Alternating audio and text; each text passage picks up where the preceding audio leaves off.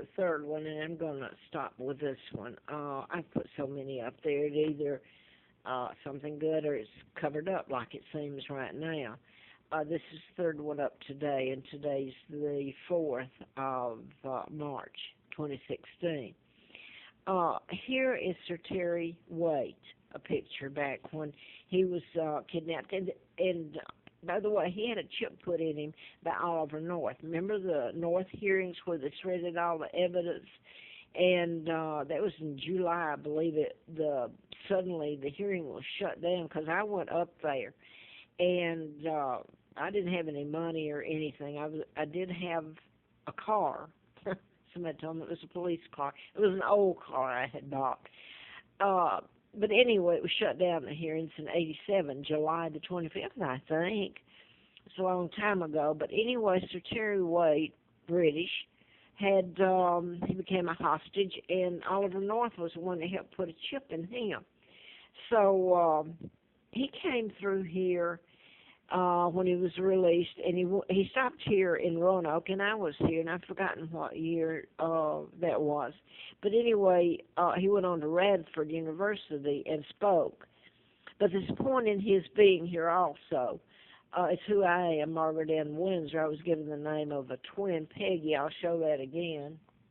Even Mark through at the state of Alabama did. The birth dates were different. They stole my identity. I was flown out to Flint. He was shot. I did a book on mind control.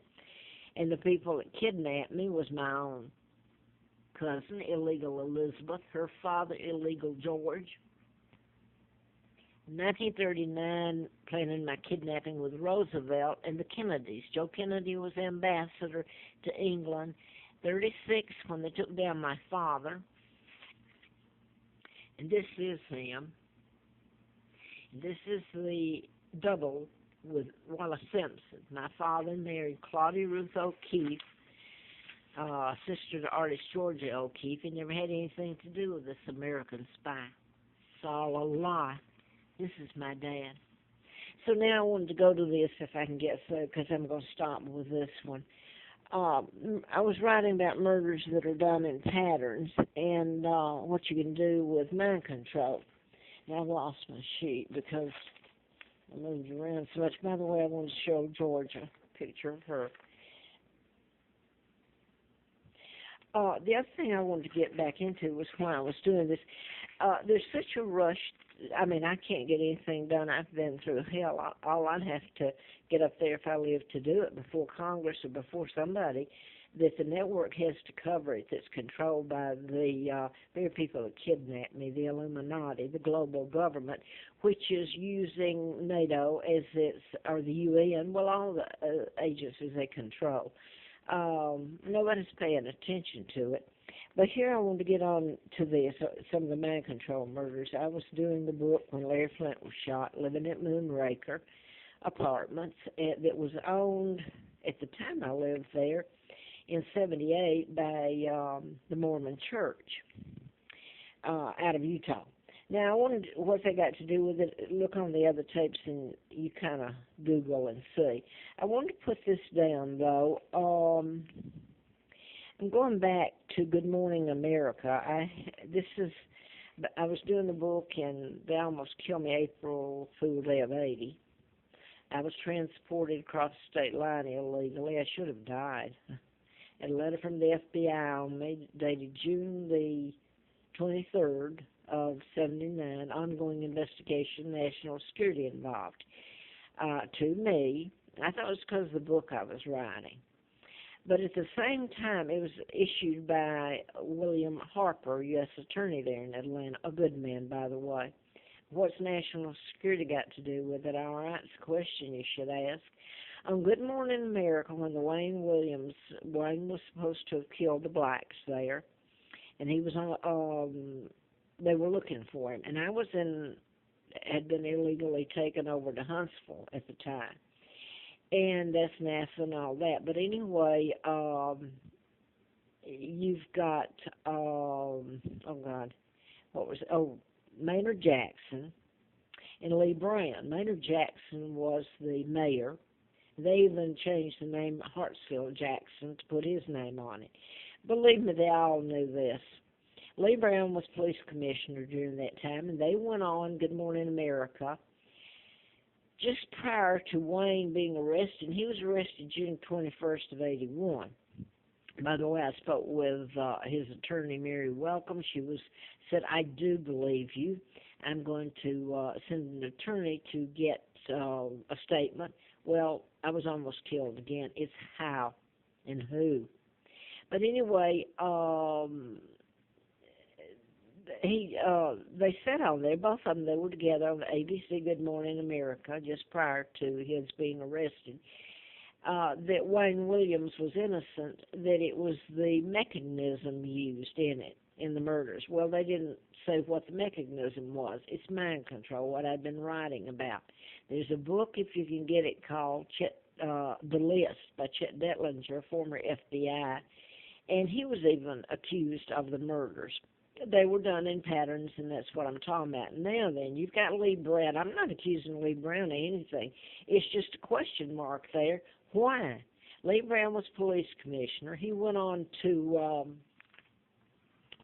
Lee Brown went on to be police commissioner in Houston. That's NASA.